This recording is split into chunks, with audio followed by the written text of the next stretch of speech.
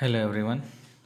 In today's lecture, we will discuss about numerical integration. So, what is an integral of a function? What is an integral of a function? That is, when you write integral a to b f of x dx, what are you trying to find? Okay, what are you trying to find when you write integral a to b f of x dx, where a is your lower limit, b is your upper limit.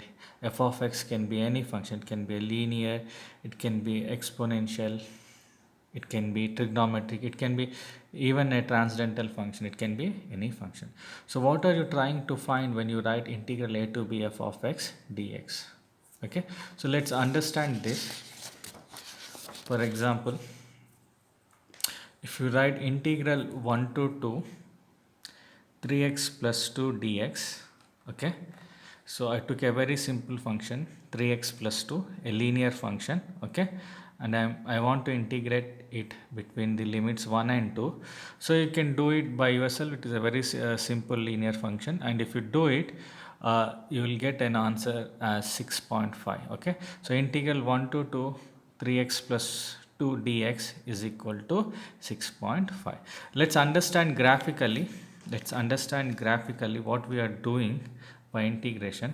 Here f of x, that is your 3x plus 2, is a straight line. It's a linear curve, it's straight line. Okay, so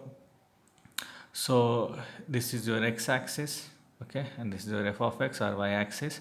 So 3x plus 2 is a straight line, and this is your x is equal to 1.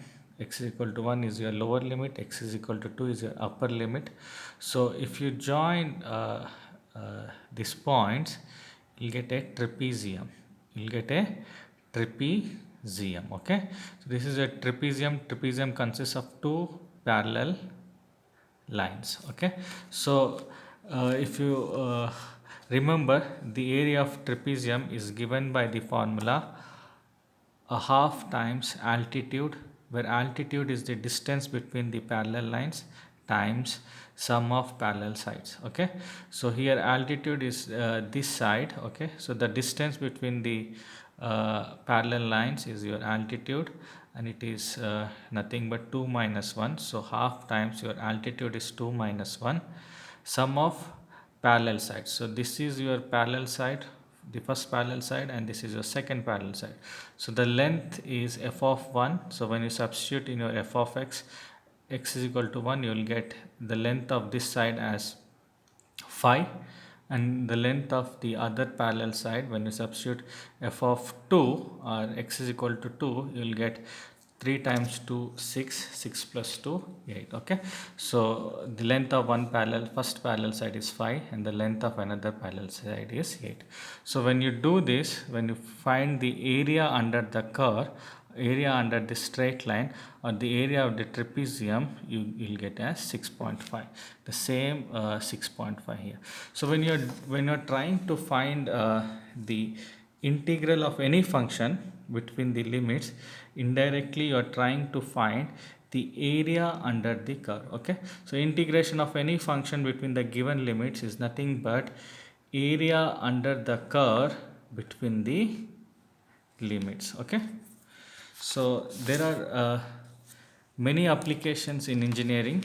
Okay, but the main applications are finding required quantities using integral relations. There are so many times the governing equations are written in integral forms.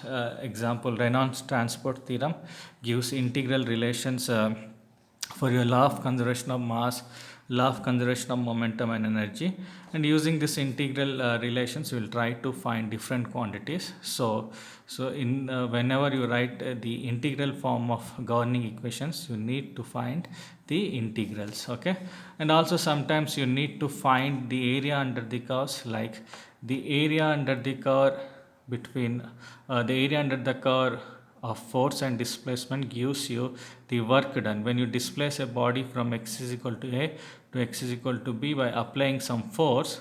Okay, so the area under the force and displacement curve gives you the work done by that force. Okay, so many a times these are the main applications we come across in engineering, and we need to find the integral of these functions. In the next lecture we will see the trapezoidal method or trapezium method to find the integral of a function.